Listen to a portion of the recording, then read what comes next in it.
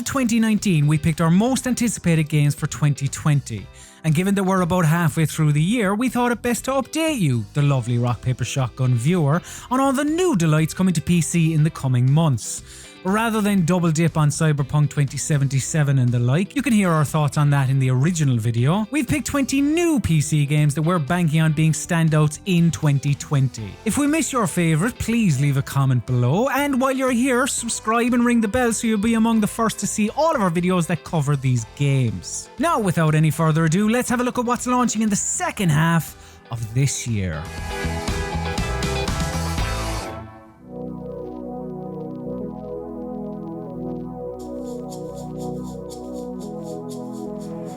The Marmite Man of video games, Hideo Kojima, returns to PC this year with Death Stranding. When the game hit PlayStation 4, it dazzled and confused in equal measure, but there's no disputing the fact that the delivery driver simulator is something worth talking about. Starring your man off The Walking Dead and grenades that are crafted using piss and shit, the Kojima Productions debut sees you carrying cargo across America to heal a divided nation.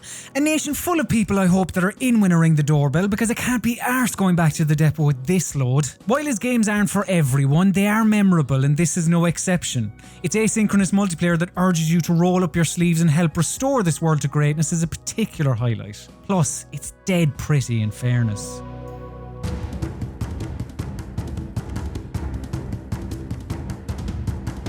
Speaking of former PS4 exclusives, Guerrilla Games brings its action RPG Horizon Zero Dawn to PC this summer. As protagonist Aloy, your goal is to save the world from the corrupted machines that roam the land, whilst also learning about who exactly you are. Ooh, intrigue. Granted, Horizon side quests are a tad samey and its secondaries a smidge dull, but the main arc is compelling from beginning to end, and destroying robot crocodiles and jaguars with your array of weapons is a real thrill, because it's all about the approach. You need to assess the weaknesses of what's in front of you before you attack, or giant robo-crab will absolutely do you. While it was gorgeous on Sony's console 3 years ago, I'm really looking forward to seeing how this looks when it comes to PC.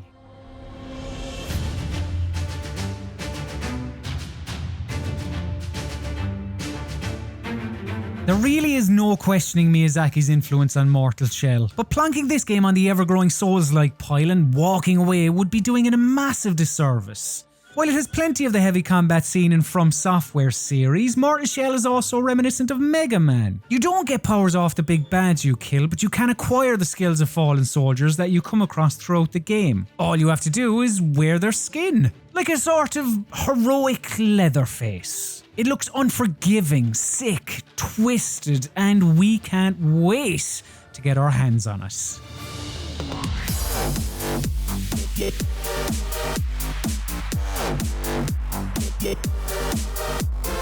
Like a mix between Mirror's Edge, Titanfall and Hotline Miami, Ghostrunner sees you assume the role of a Frank Jaeger-like cyber ninja in a world of one-hit kills and bullet-time dodges. Similar to Dread or The Raid, you have to climb a tower full of enemies in order to get to the bottom of whatever it is you're getting to the bottom of. The developers told us last year to expect action to get mixed up with new mechanics on the climb to the top, throwing in new gadgets along the way. Honestly, this one is mostly being sold on the exhilarating pace of its play, but if the story can deliver, then Ghostrunner could turn out to be a really special game. You can get a taster of what to expect via the demo that's available on Steam right now.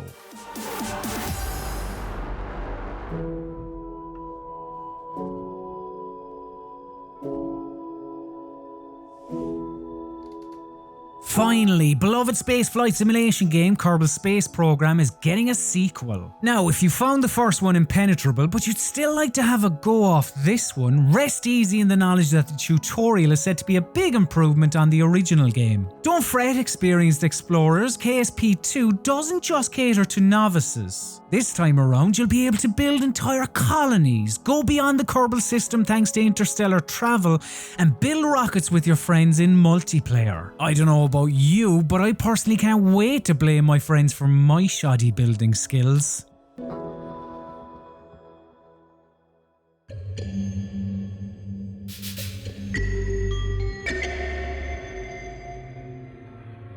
You can expect a fresh batch of meaty horrors in Little Nightmares 2. While I wouldn't call its predecessor scary, it was unsettling. Its imagery burrowed its way into your brain like a menacing little vole. We haven't seen much of the puzzle platformer past this trailer, but we do know Windbreaker Enthusiast 6 will be joined by a little boy named Mono that has a fondness for whacking people over the head with a ladle. Fans shouldn't be worried about a combat focus though. Developer Tarsier Studios told our friends at Eurogamer that it's more about giving players the option to tackle situations in different ways. You can't mow down baddies with an AK basically. Shame, because I don't like the look of that teacher.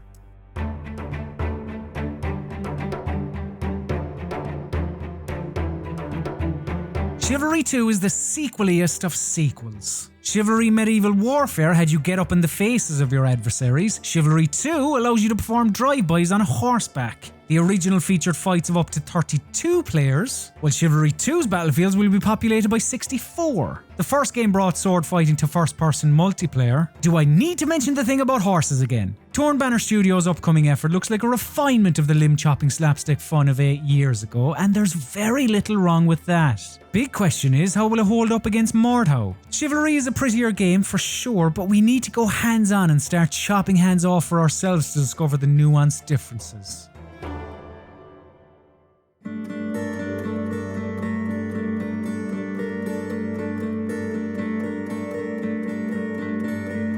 I anticipate some dismemberment in Little Hope too. Fewer laughs though. The second of 8 planned entries in developer Supermassive's Dark Pictures Anthology, Little Hope sees you control 5 different teenagers that have found themselves trapped in a ghost town. Like 2019's Man of Medan, you choose dialogue options for your quintet that will impact the tale in both positive and negative ways. The main aim?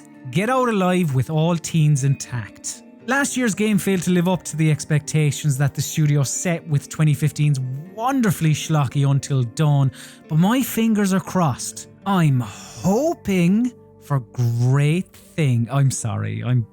I'm very sorry.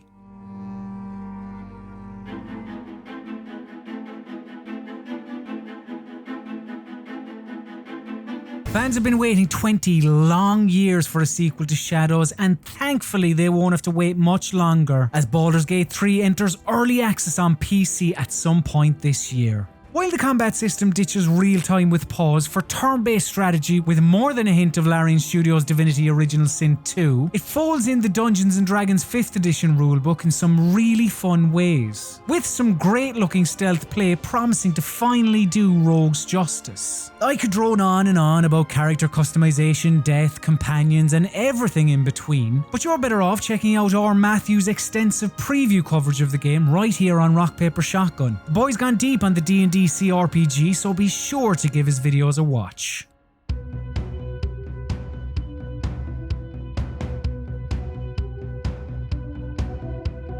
On the topic of anticipated sequels, Psychonauts 2 is also slated to launch later this year. Announced during the 2015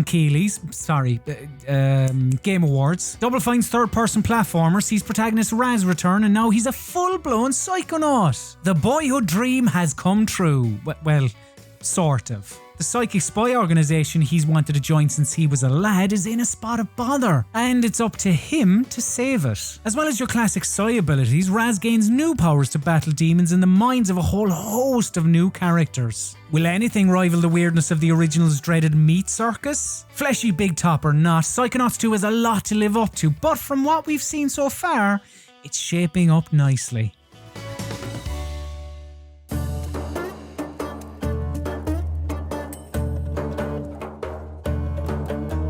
From the brains behind Assassin's Creed Odyssey comes a game with a bit less bloodshed but just as much of a focus on mythology. Gods and Monsters, not to be confused with the great Ian McKellen film, is a gorgeous looking open world action adventure game that sees you take on a ton of different beasts as you aim to save the gods of ancient Greece. While the Odyssey influence is clear, Ubisoft's interactive storybook also seems somewhat influenced by Zelda. As well as an art style that looks quite Breath of the Wild-y, puzzles and dungeons will play a role in the game. We'll have to wait and see how this cartoon-like AC pans out, but colour us intrigued.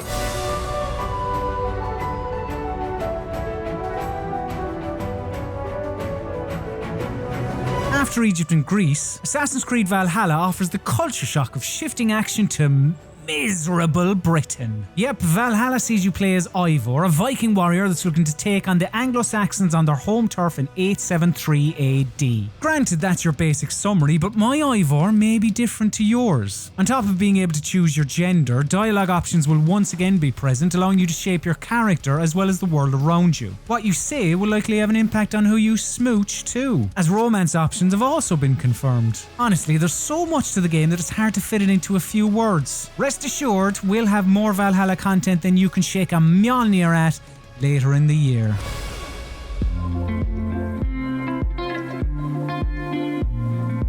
Thunder Lotus Games, who've dabbled in Norse mythology before, have opted for a calmer setting with their upcoming game, Spiritfarer. Described as a cozy management game about dying, Spiritfarer has you transport the recently deceased onto the afterlife. So unlike most games where it's an afterthought, Spiritfarer is all about death and those who experience it. But it's not dark. If anything, it appears to celebrate life rather than mourn loss. Of all the games on this list, Spiritfarer is the odds-on favourite to make a few eyes water.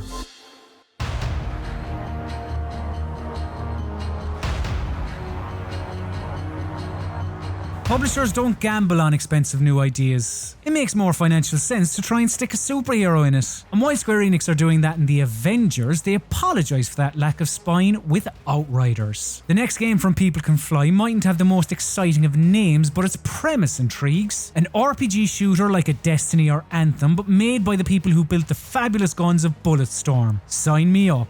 And two of my buddies. This sci-fi treat allows you to co-op the campaign. While comparisons have been made to games such as The Division, Outriders isn't a games as service game and won't include any microtransactions. Can I put my signature down twice?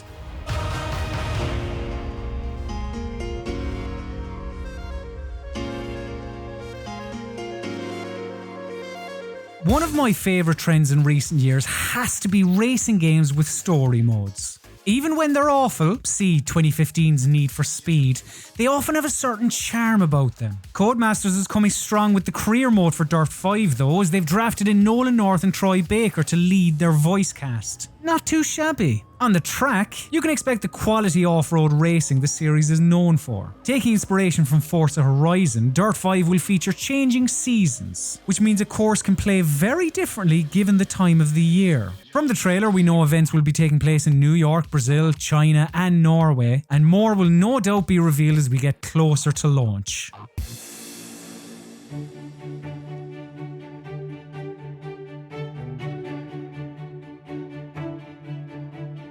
Remember Honey, I Shrunk the Kids? Obsidian Entertainment does, because that's clearly the inspiration for the next game from the people behind The Outer Worlds. In Grounded, you play as a kid that's been miniaturized, sadly not by Rick Moranis. Your main goal is to survive the danger that lurks in the back garden, like hungry, creepy crawlies. Could be a tough one for arachnophobes. Whilst this is a survival game, there's more to Grounded than just fighting off ants and building shelters. There's a story. Hopefully it'll end in a big bowl of Cheerios like the film. It obviously won't be fully formed in July as it's launching as an early access game, but Grounded has serious potential.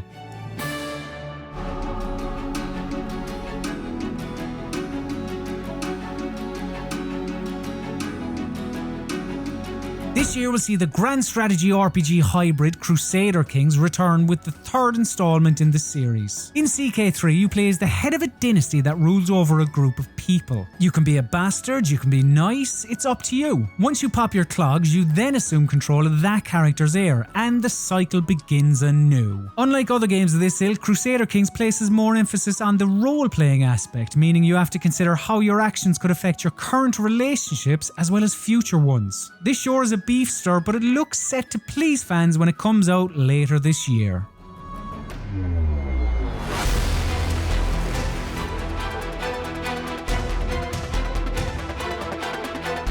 From the co-creator of Halo comes Disintegration, a sci-fi FPS / RTS. On a gravity-defying motorcycle, you order your loyal ground troops to do your bidding, which is often move over there and shoot that baddie in the face. However, while all that's going on, you need to be mindful of other airborne commanders that will try to have a pop at you. Use your Hog's arsenal on them before they do the same to you, and you'll be victorious. While the shooter pedigree is what might get you through the door, we're expecting the strategic layer will get you to stick around for longer than a match or two.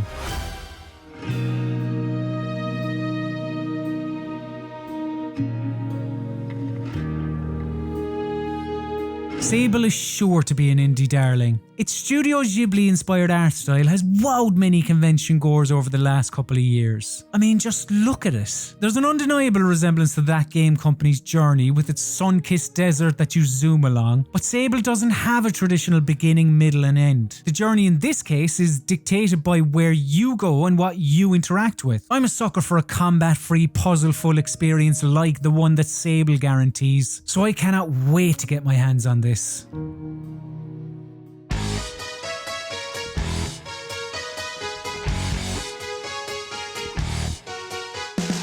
Leave the best till last, right? Yakuza Like a Dragon is coming to PC this feckin' year. If you're wary about jumping on at this late stage in the series, don't be. Sure, it's the 7th mainline entry, but it's quite a departure from the games that revolved around beating up menacing men. While the protagonist switch from Kazuma Kiryu to new boy Ichiban Kasuga is obviously notable, the turn-based combat system is the most striking change for this beloved series. It's not about mashing buttons anymore. Instead, you need to choose the actions of Kasuga and his party carefully. Do you go for a big AoE attack on a group of thugs, or are you better off to cure your bleeding status first? This is still Yakuza though, so expect tons of minigame delights like karaoke and darts, as well as some new additions like kart racing. Yeah, I can't wait either.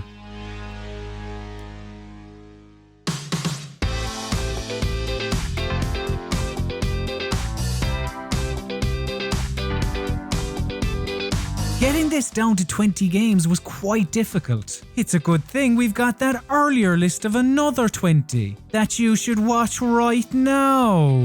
2020's second half of the year is shaping up to be a tremendous few months for video game releases, but I'm sure there's a few on your wish list that didn't make our list. Let us know the games you're looking forward to playing later this year by leaving a comment. Sharing is caring. And if you like this video, why not like this video by clicking on the thumbs up button? If you'd enjoy more Rock Paper Shotgun in your life, just hit that subscribe button and then ring the bell so you'll be notified when videos go live on the channel. Thanks very much for watching, you absolute star.